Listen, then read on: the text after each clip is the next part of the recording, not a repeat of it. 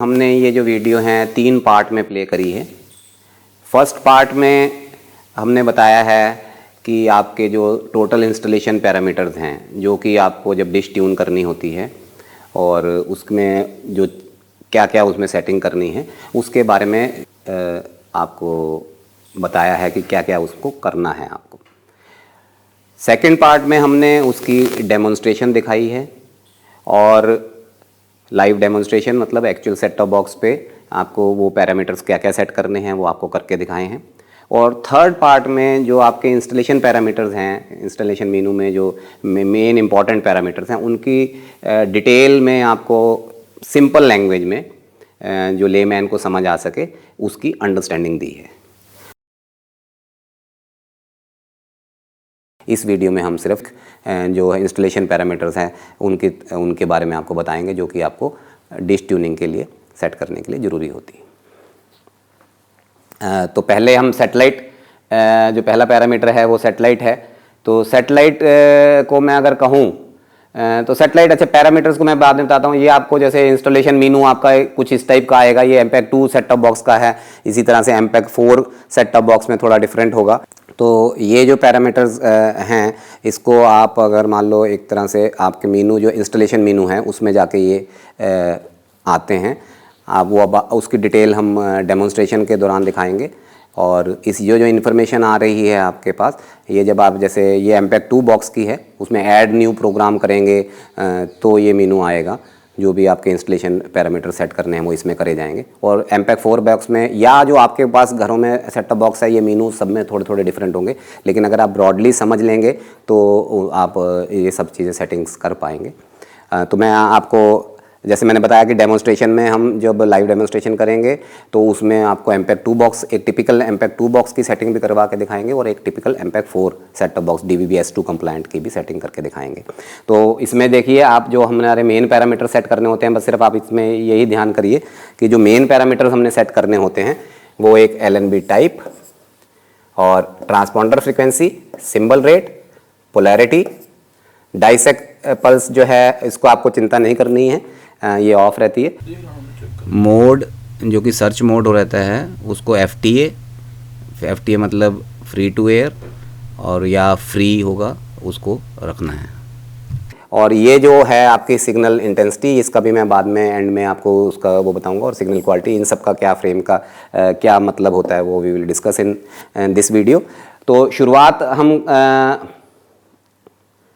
करें तो शुरुआत से मैं पहले ये बता दूं कि जो हमारे DD free dish free to air जिसमें 161 फ्री टू एयर चैनल्स हैं उनके जो टिपिकल आपके इंस्टॉलेशन पैरामीटर्स हैं, टिपिकल नहीं कहना चाहिए, these are the actual installation parameter जो हमारे DD फ्री डिश के लिए यूज़ होते हैं, वो ये आपके स्क्रीन पे हैं। इसको आप बाद में देख सकते हो। सबसे पहला जो पॉइंट था हमने कहा था सेटेलाइट। सेटेलाइट जो आपको एंटर करना होता है वो बेसिकली एक मैं कहूँ तो सिर्फ नामकरण है, सिर्फ नाम देना होता है। ये एक्चुअली सेट टॉप बॉक्स में या कहिए LNBF में कोई ऐसे कुछ चेंज नहीं करता, सिर्फ नाम है। लेकिन फिर भी नाम के साथ उसमें 2 चीज़ें अटैच रहती हैं, एक होती है लॉन्गिट्यूड और दूसरा मतलब 93.5। जैसे हमारे केस में GSAT 15 से आ रहा है तो उसका लॉन्गिट्यूड है 93.5 डिग्री ईस्ट। उसके लिए थोड़ा सा आपको ये बता दूं अगर आप जानना चाहें तो कि ये जो अर्थ के ऊपर देखिए ये जो हॉरिजॉन्टल लाइंस हैं उनको लैटिट्यूड कहते हैं और जो ये अक्रॉस द प्राइम मेरिडियन हैं वो ये लॉन्गिट्यूड कहलाती है। और कोई भी पॉइंट अर्थ के ऊपर अगर आपने डिफाइन करना हो तो उसके लिए लैटिट्यूड और लॉन्गिट्यूड दोनों चाहिए। और हमारे को पता है कि जो हम जिस सेटेलाइट GSAT 15 की बात कर रहे हैं या जो कम्युनिकेशन सेटेलाइट्स जो हमारे टीवी ब्रॉडकास्टिंग के लिए यूज़ करते हैं वो जियो स्टेशनरी सेटेलाइट्स होते हैं और वो अर्थ से करीबन 36,000 इक्वेटर के ऊपर, इक्वेटर से 36,000 किलोमीटर की ऊंचाई पे होते हैं करीबन। और हम जहाँ पर हैं वहाँ से वो स्टेशनरी दिखते हैं। तो इक्वेटर ऑलरेडी आपको पता है कि 10 degree latitude is a equator. जैसे आप नीचे देख पा रहे हैं कि ये 0 डिग्री जो, तो ये वाली जो लाइन है ये इक्वेटर है। तो ये इक्वेटर के ऊपर 36,000 किलोमीटर पे हमारा सैटेलाइट होता है। तो उसके लिए अब जब इक्वेटर पे डिफाइंड है तो हमारे को एक ही लाइन उसकी चाहिए जो कि उसकी पोजीशन डिफाइन करेगी, वो है आपकी लॉन्गिट्यूड। तो लॉन्गिट्यूड हम डिफाइन कर देंगे तो हमारी सैटेलाइट की पोजीशन डिफाइन हो जाएगी। तो इसलिए वो 93.5 है हमारे केस में। जीसैट 15 से आपको सिग्नल मिलते हैं। जो एक्चुअल वो है वो आप देख सकते हैं कि जो इंडियन इसरो द्वारा जो सैटेलाइट लॉन्च करे गए हैं वो ये कुछ इस प्रकार से हैं। और हमारा जो DTH सैटेलाइट है वो ये देखिए जीसैट 15 93.5 डिग्री ईस्ट। तो ये इंडिया है और ये इंडिया के आप यहाँ पर आपका ये सैटेलाइट है 93.5। तो ये सिर्फ उसमें आपने उसमें वैल्यू डालनी है, लेकिन क्योंकि वैल्यू डाल रहे हैं तो आपको थोड़ी सी इसकी समझ भी हो तो अच्छा है। Otherwise it's just a name. आप इसकी जगह कुछ और भी डाल देंगे तो कोई फर्क नहीं पड़ेगा। Free dish DD free dish भी लिख देंगे तब भी कोई फर्क नहीं पड़ेगा। 93.5 की जगह कुछ और भी लिख देंगे तब भी कोई फर्क नहीं पड़ेगा। लेकिन क्योंकि आप वैल्यू डाल रहे हैं तो आप उसके बारे में आपको कुछ जानकारी होना, उसके वजह से आपको ये बताया गया है। तो नेक्स्ट सैटेलाइट नेमिंग हो गई। उसके बाद आप जैसे यहाँ पर देख सकते हैं सैटेलाइट नाम जो आप इन्फो जो इसमें यहाँ पर इस वाले मीनू में जो कि आई दबाने से आप अपने रिमोट के ऊपर आई दबाएंगे तो इस तरह के कुछ मीनू आ सकते हैं। उसमें आपको देखिए यहाँ पर ये सैटेलाइट की इंफॉर्मेशन मिल रही है जीसैट 15, क्योंकि आपने जीसैट 15 डाला है। इसकी जगह अगर आप कुछ और डाल देंगे तो वो यहाँ पर वो दिखेगा, है ना। तो ये सिर्फ नाम है। और यहाँ पर देखिए हमने ये जीसैट 15 चूज किया है। ये MPEG 4 बॉक्स का मीनू है। इंस्टॉलेशन मीनू में जो है जाके सैटेलाइट लिस्ट है, सैटेलाइट इंस्टॉलेशन मीनू में सैटेलाइट लिस्ट में जाएंगे तो ये आता है। तो इसके बारे में हमने कैसे जाना है वो आप लाइव डेमोन्स्ट्रेशन में सब देख पाएंगे, उसमें हमारे को डिटेल में आपको समझ में आएगा। लेकिन यहाँ पर हमने ये जीसैट 15 नाम, अगर इसका कुछ भी हो सकता है, जैसे मैंने बताया इट्स जस्ट अ नेम। और अब ये ट्रांसपॉन्डर फ्रीक्वेंसीज हैं। ट्रांसपॉन्डर फ्रीक्वेंसीज 12 ट्रांसपॉन्डर हॉरिजॉन्टल में हैं और 12 वर्टिकल में हैं। तो उनकी फ्रीक्वेंसीज आपको डालनी होंगी और उनकी फ्रीक्वेंसीज कुछ इस प्रकार से हैं। ये जो जैसे मैंने आपको बताया था ये सारी हमारे 9 ट्रांसपॉन्डर हैं और ये सारी 9 ट्रांसपॉन्डर फ्रीक्वेंसीज हैं हमारी। ये आपको उसमें डालनी होंगी अपने इंस्टॉलेशन मीनू में। और इनकी डिटेल जैसे है इनके बारे में ज़्यादा अंडरस्टैंडिंग अगर आपको चाहिए होगी तो हमारे पार्ट 3, इस वीडियो के पार्ट 3 में उसको डिटेल में डील किया गया है। लेकिन आपके लिए हमारे जो हैं 11090, 11170, 11470, 11510, 11550, 11550 दोनों पोलराइजेशन में हैं। और फिर 11590, 11670 और 11630।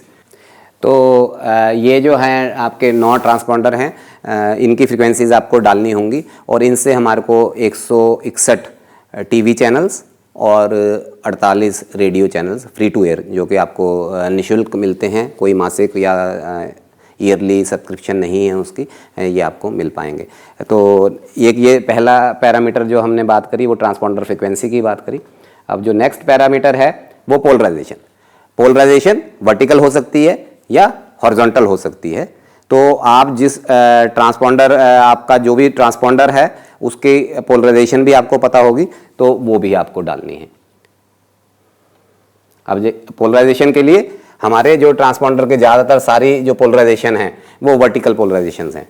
और सिर्फ एक ट्रांसपॉन्डर है हमारा जो 11550, वो हॉरिजॉन्टल में भी है और वर्टिकल में भी है। Rest all are in vertical. तो ये 9 ट्रांसपॉन्डर में से 8 ट्रांसपॉन्डर हमारे वर्टिकल में हैं और एक ट्रांसपॉन्डर 11550 हॉरिजॉन्टल में भी है और वर्टिकल में भी है। जो नेक्स्ट पैरामीटर है वो है सिंबल रेट।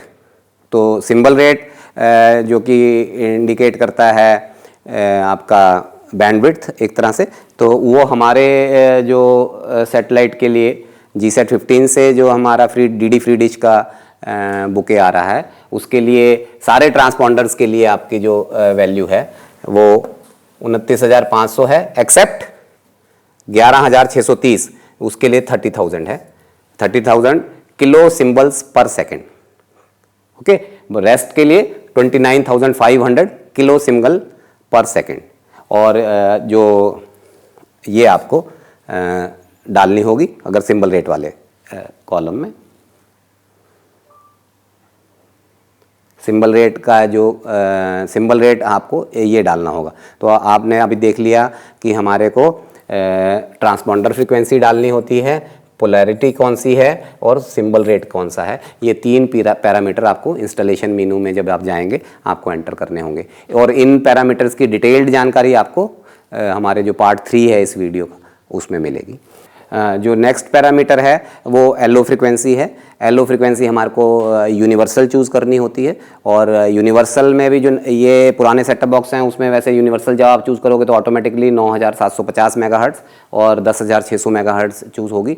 और जो कुछ नए सेटअप बॉक्स हैं उनमें हो सकता है कि आपको ये चूज़ करना पड़े यूनिवर्सल 900 750 10 600, और क्योंकि यूनिवर्सल के एक और ग्रुप भी आता है जिसमें थोड़ी फ्रीक्वेंसी डिफरेंट होती है, वो 10700 है और 9750 की जगह कोई और है। तो आपने ये जो ग्रुप चूज़ करना है वो 9750 और 10600 वाला ग्रुप चूज़ करना है।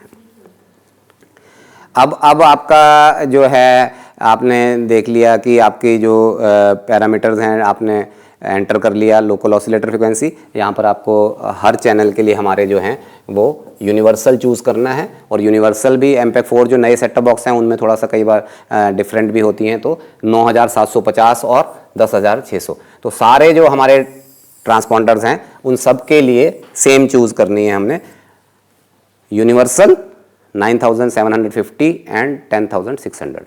ये सारे जो आपके ट्रांसपॉन्डर्स के लिए जो वैल्यू ऐड करनी है वो ये हैं। अब जो मैं नेक्स्ट आपको बताएं तो कुछ, क्योंकि ये वैसे आपको इसको 13 और 18 वोल्ट आजकल नए सेटअप बॉक्स में ऑप्शन नहीं आ रही है, लेकिन अगर कुछ पुराने सेटअप बॉक्स में ऑप्शन आती है तो ये 13 और 18 वोल्ट आपको बताया जाए तो जो ऑन रखनी है। अगर आप अपना सेटअप बॉक्स यूज़ कर रहे हैं सिंगल डिश के साथ आपका सिंगल सेटअप बॉक्स यूज़ हो रहा है तो 13/18 वोल्ट ऑन रखनी है। और अगर मान लो वो लूप में यूज़ हो रहा है, लूप आउट उसकी यूज़ कर रहे हो, उसकी डिटेल आपको ज़्यादा जानने की तो ऑफ होगा, लेकिन आपके लिए 99% केसेस में it is going to be on 13/18 volt. और जो नए सेटअप बॉक्स हैं उसमें ये ऑप्शन नहीं आ रही है, तो उसमें फिर इन दैट केस आपको कोई चिंता करने की ज़रूरत नहीं है। अब तक जो पैरामीटर हमने डिस्कस करे हैं उसमें जैसे लोकल ऑसिलेटर फ्रिक्वेंसी की जो बात है, तो आप यहाँ पर देख सकते हैं कि लोकल ऑसिलेटर फ्रिक्वेंसी आपको यूनिवर्सल चूज़ करनी है, तो automatically it will choose these 2 frequencies. ठीक है, साथ में अगर मैं पहले वाली बात करूं तो ये आपकी ट्रांसपॉन्डर फ्रिक्वेंसी जो आपने हमारे जो लिस्ट है आपने देखा उसको एंटर करना पड़ेगा। 9 हैं तो 9 एंटर करनी पड़ेंगे, डिफरेंट 9 ट्रांसपॉन्डर हैं हमारे DD फ्री डिश सिस्टम में, और उस पर 161 चैनल मिल रहे हैं आपको टीवी के।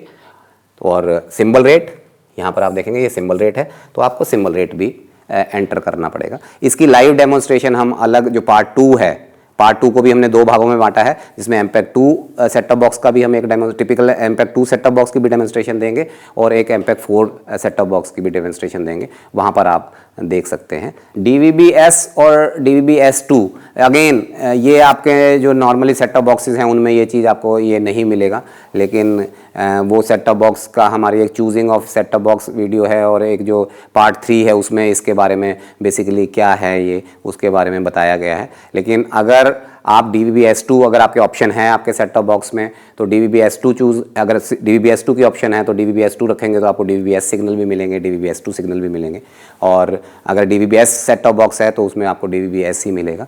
तो ये भी जनरली नए सेटअप बॉक्स में ऑप्शन नहीं आ रही है, तो इसको आपको ज़्यादा ध्यान देने की ज़रूरत नहीं है। जो 22 किलोहर्ट्ज़ टोन एक रहती है, 22 किलोहर्ट्ज़ टोन, जब आपने अगर यूनिवर्सल चूज़ कर लिया LNBF तो आपको इसको ज़रूरत नहीं पड़ेगी, और आपने सारे केसेस में यूनिवर्सल ही चूज़ करके रखना है, तो this will not be use. Otherwise आप यहाँ से देख सकते हैं ये दिखा रहा है it has to be off. ये देखिए आप, ये ऑफ दिखा रहा है इस मीनू में। ये आपका एक MPEG-2 सेटअप बॉक्स का मीनू है, और ये आपका ये जो आपका आई बटन दबाएंगे, इन्फो बटन ऑन रिमोट, तो आपका ये ऐसा मीनू आएगा। और ये MPEG-4 सेटअप बॉक्स का मीनू है, यहाँ पर भी आप देख सकते हैं ये दिखा रहा है 22 के ऑफ। तो ये भी आपको एक्चुअल में चूज़ करने की जरूरत नहीं रखनी, और वैसे है तो ऑफ ही रखने। यूनिवर्सल है तो ये ऑटोमेटिकली ऑटो में चली जाती है। अगर आपने यूनिवर्सल चूज़ कर लिया तो ये आपकी एंटर करने आपको ऑप्शन नहीं देगा वो, तो आपको इसलिए उस केस में चिंता करने की जरूरत नहीं है। लेकिन फिर भी it has to be off, और जब यूनिवर्सल चूज कर लिया तो ये अपने आप ऑटो में हो जाता है और आपको इसकी फिर इसको चेंज करने की ऑप्शन नहीं अवेलेबल होती है। इसी तरह से जो डाइसेक पल्स है, ये डाइसेक का एक कंट्रोल सिग्नल होते हैं। ये तभी काम आते हैं जब आप मल्टीपल डिश या जो रोटेटर होते हैं ऊपर डिश के लिए, सिंगल डिश के साथ रोटेटर हो या मल्टीपल डिशेस हों तो डाइसेक स्विचेस आते हैं, तो उसके कंट्रोल के लिए होती हैं। आप सिंगल डिश को यूज़ कर रहे हैं और सिंगल सेट टॉप बॉक्स को यूज़ कर रहे हैं तो आपको इसको ऑफ रखना है। ये जो कंट्रोल सिग्नल है जो सेट टॉप बॉक्स ऊपर रोटेटर को भेजता है, जो कि डिश को डिफरेंट सेटेलाइट पे ट्यून कर सकता है, या मल्टीपल डिशेस हों तो उसके बाद डाइसेक स्विच लगता है और वो मल्टीपल सिग्नल्स जो डिशेस का सिग्नल को आपको अवेलेबल करा सकता है। तो नॉर्मल केस में जब सिंगल डिश सिंगल एसटीबी है तो इसको आपने ऑफ रखना है। अब ये जो फंक्शन है ये थोड़ा इम्पॉर्टेंट फंक्शन है, इसकी आपको थोड़ी सी बेसिक समझनी होगी। ये जो सर्च और स्कैन, जब आपने ट्रांसपॉन्डर की फ्रीक्वेंसी एंटर कर ली, उसकी पोलराइजेशन एंटर कर ली, सिंबल रेट एंटर कर लिया, तो अब और आपने यूनिवर्सल जो है एलओ फ्रीक्वेंसी चूज कर ली, डाइसेक पल्स आपकी ऑफ रहेगी, आपकी 20T के ऑटोमेटिकली ऑफ हो जाएगी। और आपका जब ये पैरामीटर्स आपके सेट हो गए तो आपको वो ट्रांसपॉन्डर की proper readings, proper values, parameter set हो गए हैं। अब आपको उसको सर्च दबाना होगा, और सर्च जब दबाएंगे तो उस ट्रांसपॉन्डर पे जो भी चैनल्स हैं वो डिकोड हो जाएंगे और आपको दिखाएगा वो, और आपको ओके दबाना है सेव करने के लिए। तो वो हर सेट टॉप बॉक्स में थोड़ा थोड़ा फ़र्क हो सकता है इस सारी मेथडोलॉजी में, लेकिन ग्रॉस जो स्टेप्स हैं, फंक्शंस हैं, वो इसी तरह से चलेंगे। तो जो स्कैन में बेसिकली आप बेसिक फंडामेंटल जो हैं हमने पार्ट 3 में लिए हैं, आपको ये समझ उससे आ जाएगा, और आपको पहले भी जानकारी है तो आप ये समझेंगे कि हम 3 तरह के स्कैन होंगे। पहली सबसे स्कैन में सबसे बड़ी बात कि हमारे जो सारे चैनल हैं फ्री टू एयर हैं, तो हमने फ्री टू एयर FTA या फ्री चूज करना है। उसका मतलब ये है कि जो फ्री चैनल्स हैं वही आपके स्कैन होंगे, दूसरे जो स्क्रैम्बल्ड चैनल हैं या जो पेड चैनल हैं जो कि किसी और सैटेलाइट के या किसी और ऑपरेटर के हो सकते हैं, वो आपके नहीं डाउनलोड करेगा, और आपके जो लिस्ट है, जो टीवी चैनल लिस्ट है, उसमें वो नहीं दिखाएगा। आपको सिर्फ वही चैनल की लिस्ट दिखाएगा जो कि आपको फ्री हैं और जो दूरदर्शन के तरफ से मिल रहे हैं, जो 161 फ्री चैनल्स हैं, टीवी चैनल्स हैं, वो आपको लिस्ट दिखाएगा। और उसमें स्क्रैम्बल्ड चैनल्स नहीं आएंगे जो कि आपको अननेसेसरीली तंग करेंगे, आपकी लिस्ट ज़्यादा हो जाएगी और उसमें कुछ चैनल ऐसे हों जो आप नहीं देख पा रहे। तो पहली चीज़ जो स्कैन कर रहे हैं आपने ये इंश्योर करना है कि वहाँ पर फ्री हो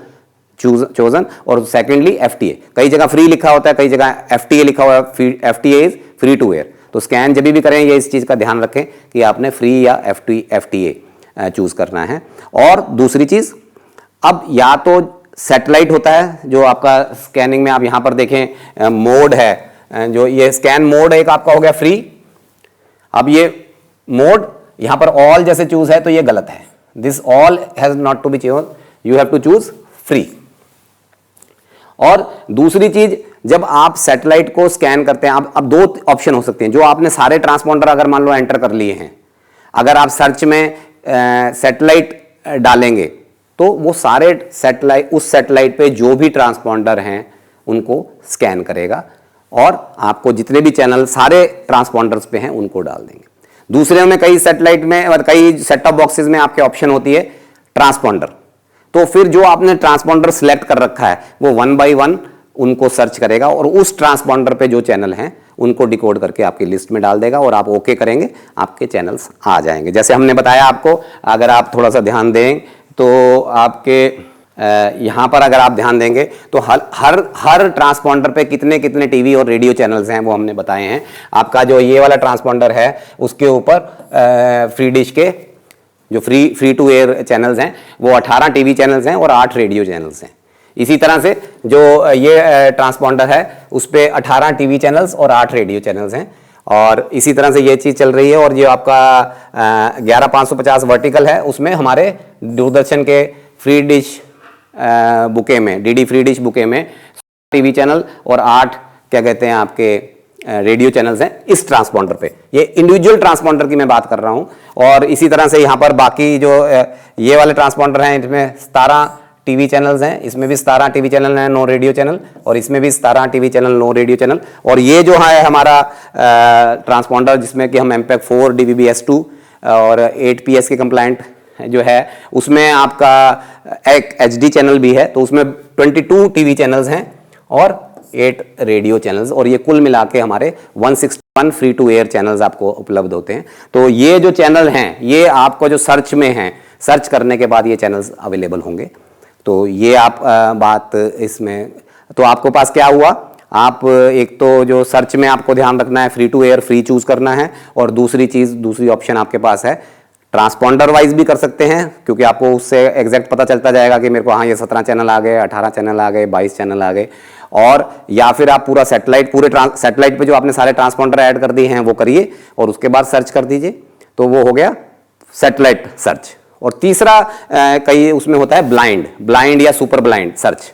तो उसमें क्या है कि जो भी चैनल्स उसको, जो भी ट्रांसपॉन्डर उसको ऑटोमेटिकली मिल रहे हैं वो सबको सर्च कर देगा, और उसके ऊपर जो भी चैनल मिल रहे हैं वो आपके पास आ जाएंगे। उनमें से वो स्क्रैम्बल्ड हों, लेकिन अगर आपने FTA चूज़ किया है या फ्री चूज़ किया है तो कम से कम जो फ्री टू एयर आपको जो मिल रहे हैं वो आ जाएंगे। लेकिन वो चैनल्स कई बार ढंग से ट्यून नहीं हुए होते तो नहीं होते, तो आपको दिक्कत करती है। लेकिन आप अगर जानते हुए चल रहे हैं तो आपको ये सारे पैरामीटर सेट करने हैं। सिर्फ वही ट्रांसपॉन्डर जो आपको बताए गए हैं वो सेट करिए, और या तो आप ट्रांसपॉन्डर चूज़ करते हुए इंडिविजुअल ट्रांसपॉन्डर को सर्च करके उनके सेव करते जाइए चैनल्स, और या फिर आप सारे सेटेलाइट पे जो आपने 9 ट्रांसपॉन्डर एंटर करे हैं उनको इकट्ठा सेटेलाइट चूज करके सर्च कर लीजिए। ये जो ऑप्शंस हैं आपके सेट टॉप बॉक्स में, set top box to set top box vary करेंगी, वो आप अपने सेट टॉप बॉक्स में देख सकते हैं। लेकिन हम, जैसे मैंने बताया कि पार्ट 2 में 2 set top boxes, typical set top box, एमपेक 2 set top box और एमपेक 4 सेट टॉप बॉक्स के लिए ये लाइव डेमोन्स्ट्रेट करके आपको दिखाएंगे।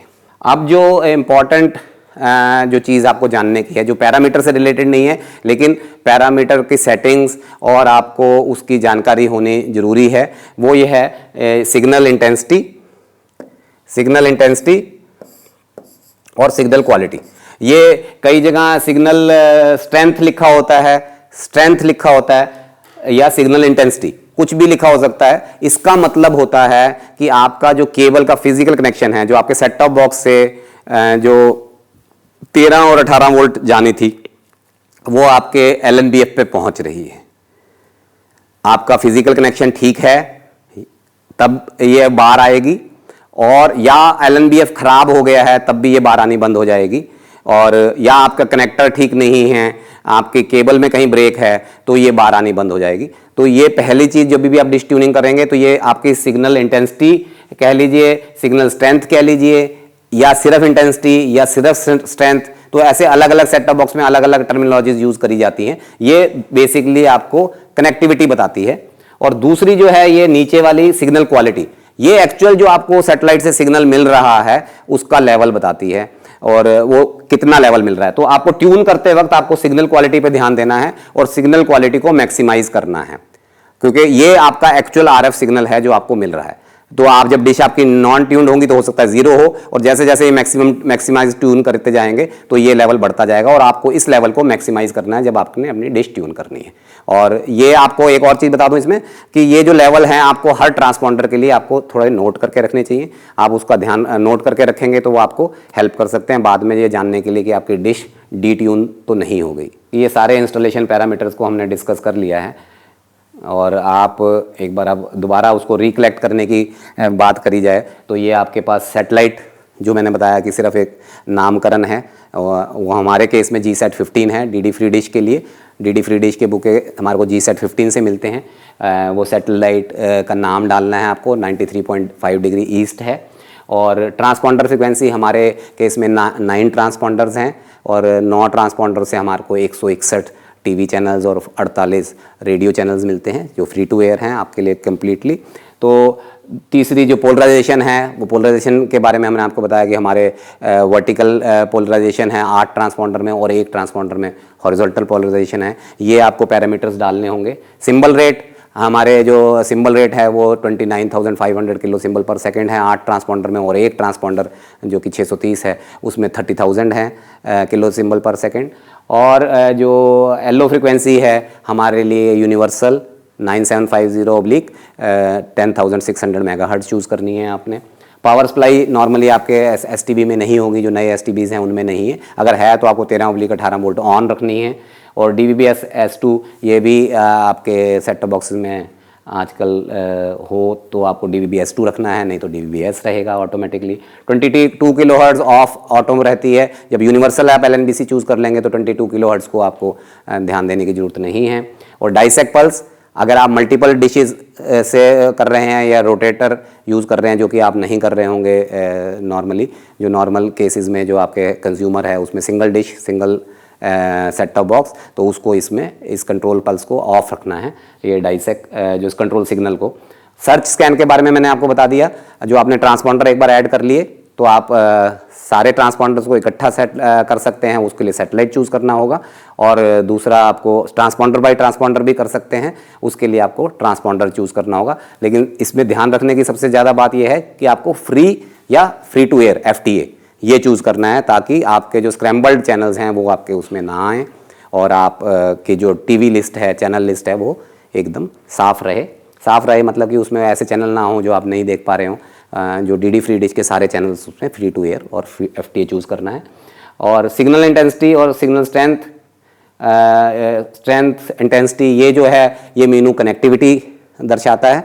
और ये आई दबाएंगे रिमोट पे, आपने आई दबाएंगे तो आपको पता चल जाएगा जो भी ट्रांसपॉन्डर है उसकी भी डिटेल आएगी, और उसमें ये आएगा कि उसका कितना लेवल है। जो भी चैनल देख रहे हैं वहाँ पर भी वो किस चैनल, उसकी डिटेल और भी आती है कि भाई वो किस चैनल, किस ट्रांसपॉन्डर पे है, वर्टिकल पोलराइजेशन पे है, ये सारी डिटेल आती है। ये आई जब बटन है आपका रिमोट पे, आई जो वो बना होता है, इन्फो भी लिखा होता है, कई जगह आई लिखा होता है, कई जगह इन्फो लिखा होता है। वो आप जब रिमोट पे बटन दबाएंगे तो आपको ये इस तरह के मीनू मिलेंगे।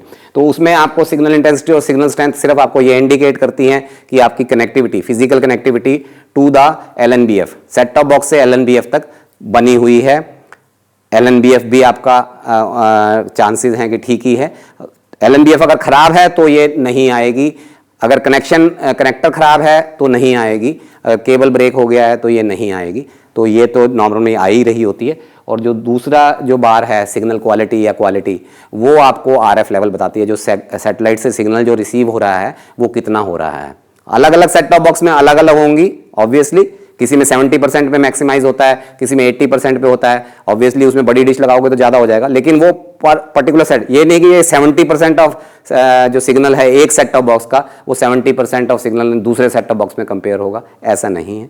ये अपने अपने सेट टॉप बॉक्स के लिए अपनी अपनी वैल्यूज़ रहती हैं, आपने उसको मैक्सिमाइज़ करना है। और अगर थोड़ा सा आप इस बारे में थोड़ा सा अपना आइडिया भी ले लें कि आपके जो डिफरेंट ट्रांसपॉन्डर्स हैं उस पर क्या क्या लेवल हैं क्वालिटी के, तो वो भी आपको आगे हेल्प करेंगे, क्योंकि आपको पता चल जाएगा अगर वो कम होते हैं over a period of time तो आपकी डिश थोड़ी सी मिसअलाइंड हो गई है तो वो आपको अलाइन करवानी पड़ेगी।